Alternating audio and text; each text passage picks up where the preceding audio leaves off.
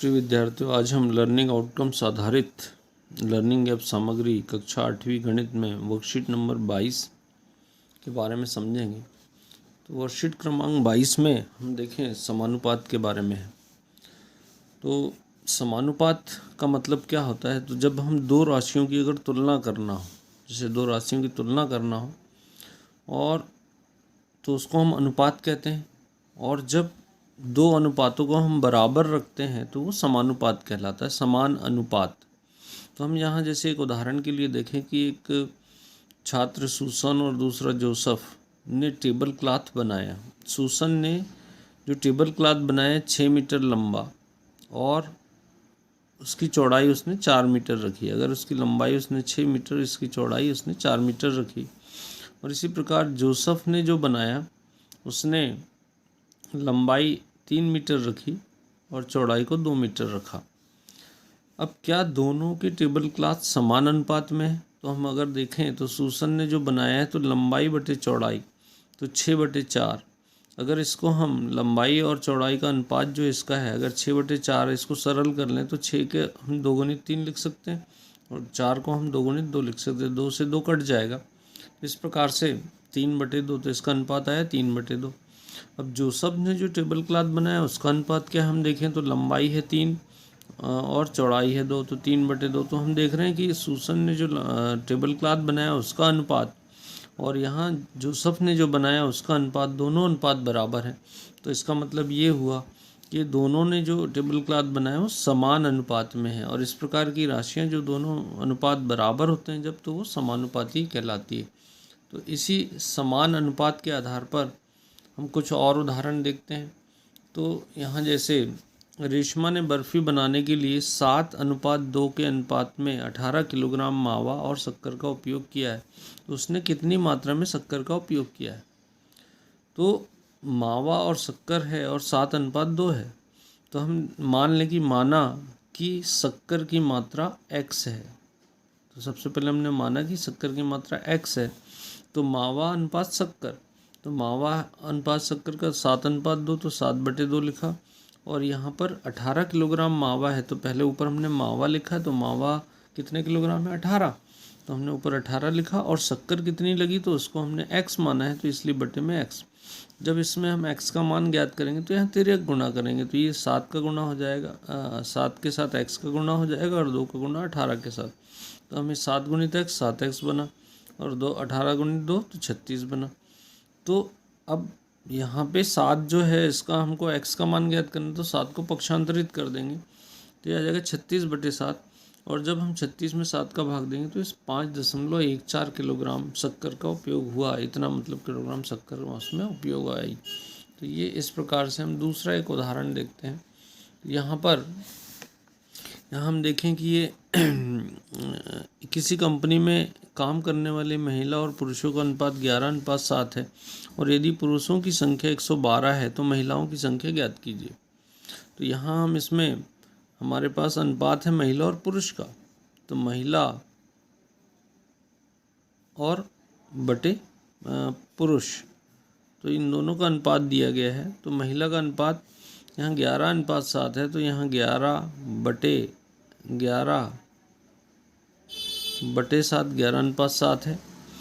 और पुरुषों की संख्या यहाँ पर दी गई है 112। तो पुरुषों की संख्या अगर 112, तो यहाँ हम देखें तो बराबर में पुरुष 112, तो जहाँ पुरुष लिखा नीचे इसके नीचे 112 लिखेंगे। और महिलाओं की संख्या हमको ज्ञात करना है, तो महिलाओं की जिसकी संख्या हमको ज्ञात करना है तो मान लेंगे कि हम माना महिलाओं की संख्या x है। तो अज्ञात राशि जिसको हम लेते हैं ये चर और अज्ञात राशि x माना है हमने, तो यहाँ महिला में यहाँ आ जाएगा ऊपर x। जब इसको हम हल करेंगे तो तिर्यक गुणा होगा, तो 112 का 11 में गुणा होगा, तो 11 गुणित 112 बराबर x गुणित 7। तो ये x का मान ज्ञात करना, तो 7 नीचे आ जाएगा, तो इसलिए x बराबर 11 गुणित 112 बटे में 7। तो 7 से अगर हम ये काटें इसको तो ये अगर सरल करना चाहें तो 7 एकम 7 बचेगा, तो ये सरल हो सकता है। 7 एकम 7 और 7 बचेगा 4, तो 7 छिंग 42। तो यहाँ इसका गुणा करें तो 11 छिंग 66 का 6 सिलाए 6, 11 कम 11 और 6 17। तो इस प्रकार से हम देखें तो 176 महिलाओं की संख्या होगी। तो महिलाओं की संख्या 176 होगी। इसी प्रकार से हम देखें अगले सवाल में, यहाँ इसका उत्तर हम लिख दे रहे हैं 176। 5 पैसे और 25 पैसे ये दोनों का अनुपात है, बराबर 20 पैसे और समानुपात अनुपात x। तो ये समानुपात में दिए गए हैं। तो जब समानुपात में दिए, अच्छे सबकी इकाइयाँ समान है, पैसे पैसे पैसे, तो x जो आएगा वो भी पैसों में मान आएगा। पैसे कितने होंगे, तो हम यहाँ पे लिखेंगे कि 5/25 बराबर 20/x। तो यहाँ इसको अगर हम हल करें तो तिर्यक गुणा करेंगे तो 5 गुणित x बराबर 20 गुणित 25। तो अब x का मान ज्ञात करना, तो ये 5 को पक्षांतरित कर दें नीचे, तो x बराबर 20, यहाँ पर x बराबर आएगा 5 नीचे आ जाएगा, तो 20 गुणित 25 बटे में 5। तो 5 से हम काटें तो ये कट जाएगा, 25 तो 20×5 100। तो इस प्रकार हम देखें तो x का क्या मान होगा, तो उत्तर आ जाएगा 100 पैसे। तो उत्तर इसका जो आएगा 100 पैसे।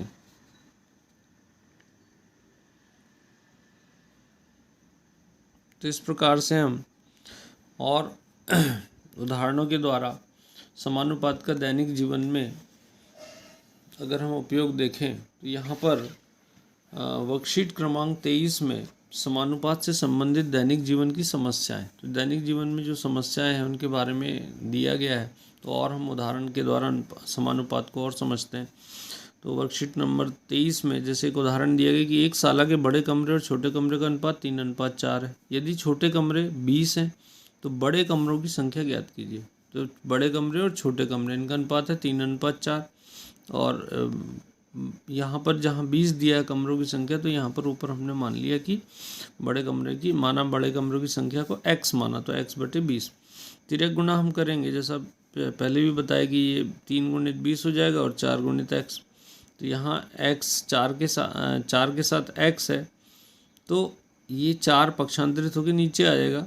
जब इसको हम सरल करेंगे तो ये काटने पर 15 हो जाएगा। तो इस प्रकार बड़े कमरों की संख्या कितनी हो जाएगी, 15। तो इस जैसे एक उदाहरण हमने ये समझा है, इसी प्रकार से हम यहाँ प्रयास कीजिए के अंतर्गत देखें पहला सवाल कि एक 3 मीटर लंबी लकड़ी की परछाई 4 मीटर लंबी है। उसी समय एक खंबे की परछाई 24 मीटर है, तो खंबे की ऊंचाई ज्ञात कीजिए। तो यहाँ पर हम खंबे की ऊंचाई हमको ज्ञात करना है, तो हम मान लेंगे कि माना खंबे की ऊंचाई x मीटर है, x मीटर है। तो जब खंबे की ऊंचाई अगर x मीटर मान रहे, तो यहाँ अनुपात में कि वास्तविक में लंबाई और परछाई की लंबाई, तो वस्तु की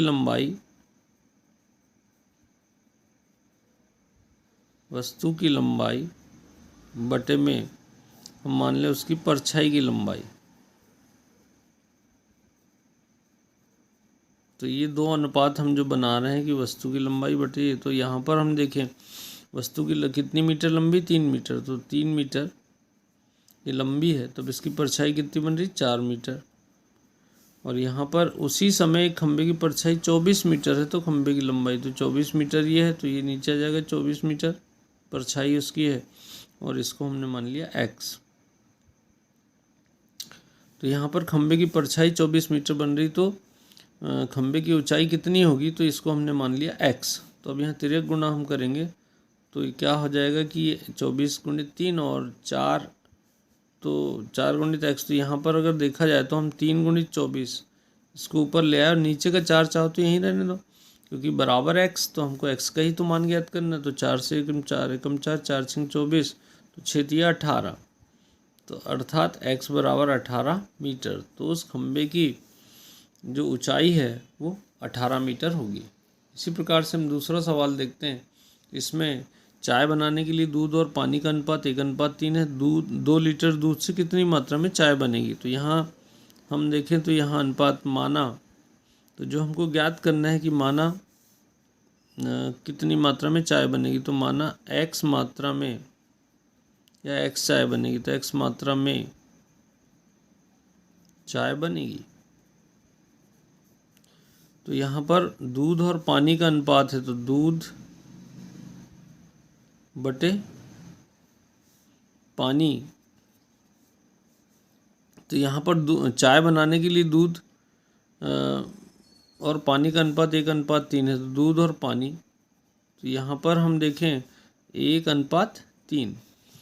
अब दूध की मात्रा है 2 लीटर, तो यहाँ दूध कितना है? 2 लीटर है, तो यहाँ हमने 2 ले लिया। तो इसमें पानी कितना लगेगा? तो यहाँ हमने मान लिया यहाँ पर x, दूध अनुपात पानी है। तो यहाँ पर अगर हम देखें तो ये चाय जो बनेगी तो दूध और पानी दोनों को मिलाकर ही बनेगी। इस प्रकार से अगर हम हल करते हैं तो त्रिया गुणा करेंगे तो 1×3 बराबर 1 के साथ x आएगा, 1×x बराबर 2×3। तो इसको अगर हम हल करते हैं तो 1×x मतलब x ही हुआ और 3 दूनी 6। तो यहाँ पर जो है इसमें कितनी मात्रा में चाय बनेगी? तो यहाँ हम देखें तो दूध, यहाँ पर पानी कितने लीटर है? 6 लीटर। पानी की मात्रा आई 6 लीटर, तो 2 लीटर दूध है। तो यहाँ कुल मिलाकर जो चाय बनेगी वो x बराबर कितना आ गया? 6। तो 6 और 2 तो 8 लीटर चाय बनेगी। कुल मिलाकर 8 लीटर चाय बनेगी, क्योंकि 2 लीटर ये हो गया और 6 लीटर ये, तो 8 लीटर चाय बनेगी कुल। हम प्रश्न क्रमांक 3 में देखें तो एक कार 15 लीटर पेट्रोल में 240 किलोमीटर की दूरी तय करती है, तो 25 लीटर पेट्रोल में वह कितनी दूरी तय करेगी?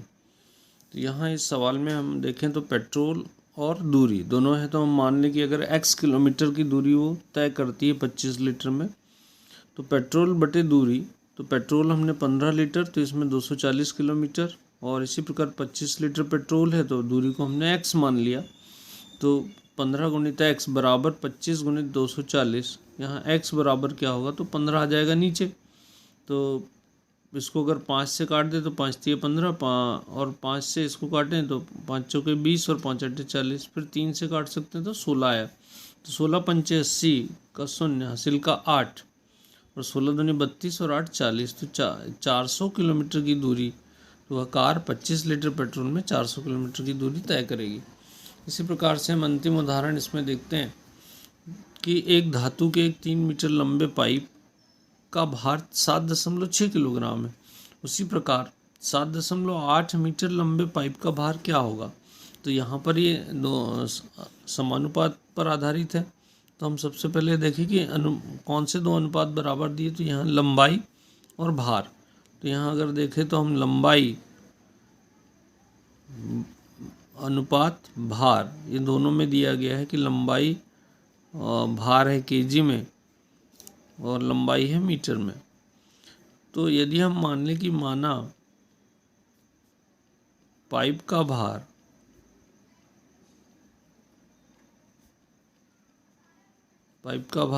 x किलोग्राम है, तो यहाँ पर लंबाई कितनी लंबाई है? 3 मीटर लंबे पाइप का भार, तो 3 मीटर लंबा है तो ऊपर आ जाएगा 3, और इसका भार 7.6, तो यहाँ बटे में आ गया 7.6। इसी प्रकार हमको जो दूसरा दिया कि इसी प्रकार 7.8 मीटर लंबे पाइप, तो यहाँ पर लंबाई कितनी? 7.8, और हमने भार माना था x, तो बटे में जाएगा x। तो इसको अगर हम हल करें तो 3 गुणित x बराबर 7.8 गुणित 7.6। तो अब यहाँ अगर हम x का मान निकालना चाहें तो x बराबर 7.8 गुणित 7.6 बटे में हो जाएगा 3। तो इस प्रकार से हम इसको सरल करके और इसमें x का मान ज्ञात करेंगे जो उसका बाहर निकलेगा। अगर इसको आगे हम और करना चाहें तो ये हो सकता है 3 3 दूनी 6, बचेगा 1, 3 छिंग 18, तो 2.6। तो यहाँ कितना हो गया, 3 से अगर काट रहे तो 3 दूनी 6, 1 बचेगा और 2.6 गुणित, यहाँ हम देख रहे हैं कि 2.6 गुणित 7.6, इनका जब गुणा कर देंगे हम तो जो आएगा उतना उसका उस पाइप का क्या हो जाएगा, लंबे पाइप का भार हो जाएगा, इतने किलोग्राम ये आ जाएगा गुणा करने पर जो संख्या आएगी वो।